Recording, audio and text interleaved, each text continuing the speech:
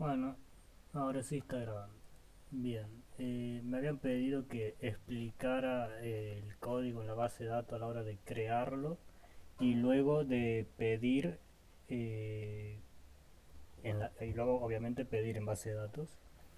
Lo que tienen acá es la base de datos de instituto, yo la tuve que hacer de vuelta.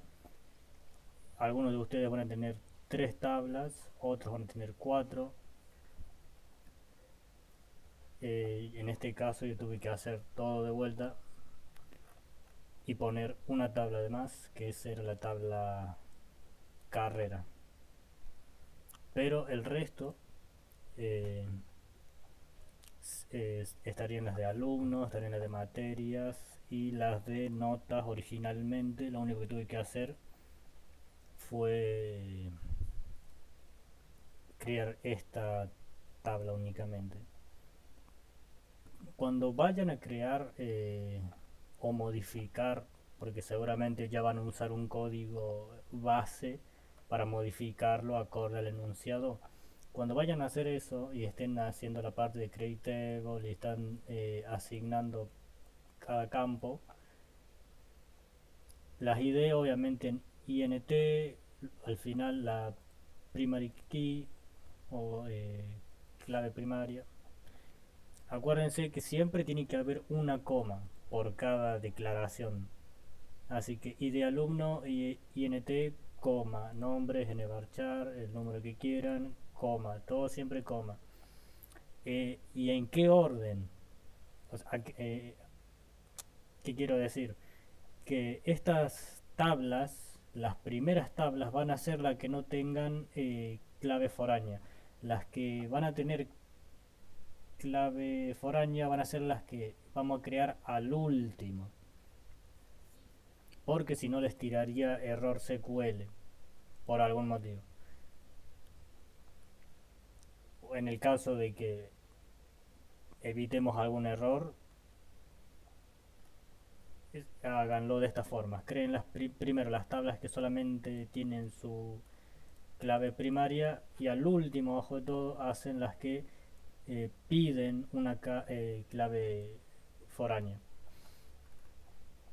Cuando hagan eso, por ejemplo, en esta tabla que es la de carrera, cuando a la tabla carrera le tengamos que pedir la información de los alumnos y la información de las materias, dependiendo en esta parte los enunciados, listar nombre y apellido, listar los estudiantes que cursan informática, listar las materias de la carrera informática. O sea que estamos pidiendo desde la tabla carrera información de la tabla materias y la tabla alumnos, por así decirlo.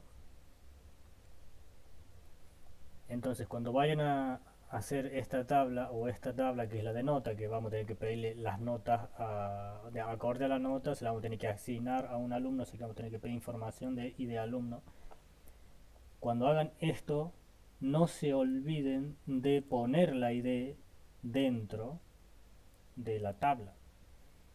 O sea que ID alumno va a ir tanto en su respectiva tabla como en la tabla a la que se le va a tener que pedir ese ID.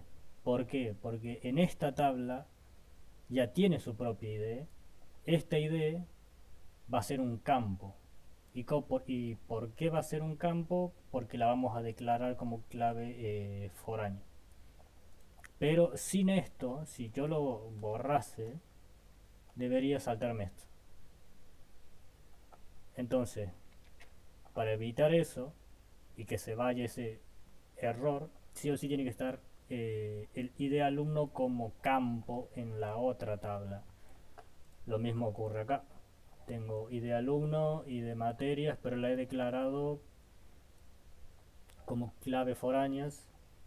Obviamente cuando vayan a declarar estas ID, que van a ser los campos en esta tabla, acuérdense poner la coma, porque si yo saco la coma o me olvido de poner la coma, ocurre todo esto. Entonces siempre la coma importante para todo después de declarar, digamos.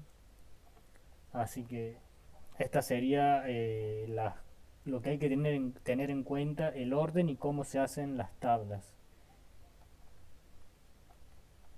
A la tabla alumno no le voy a pedir o sea, sí le voy a pedir información a la tabla alumno, pero no desde la tabla alumno. ¿A qué me refiero? Que desde la tabla carrera yo le voy a pedir información a la tabla alumno o información a la tabla materias. Por si alguno se pregunta por qué esta tabla solamente tiene llave primaria y esta también, pero acá tenemos llaves foráneas incluido acá.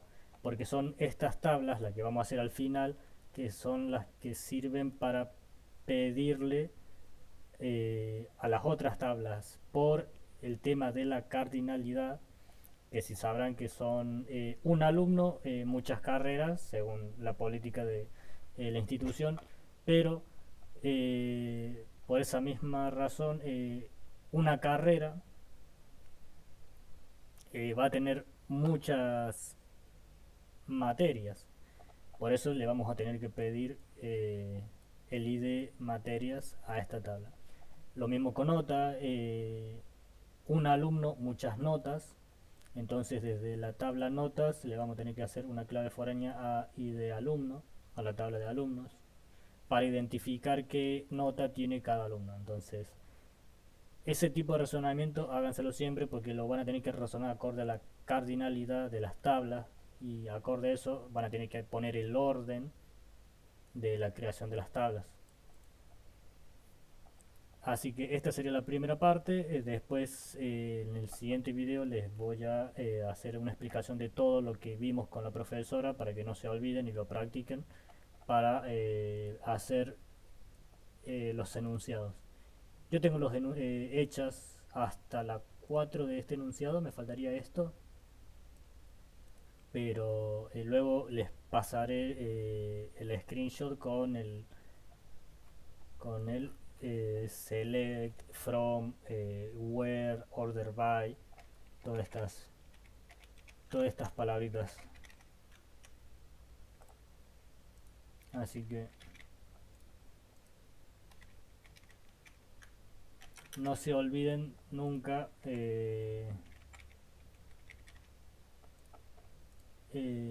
aprendérselas y de usarlas constantemente. Así que bueno, eso sería por ahora todo.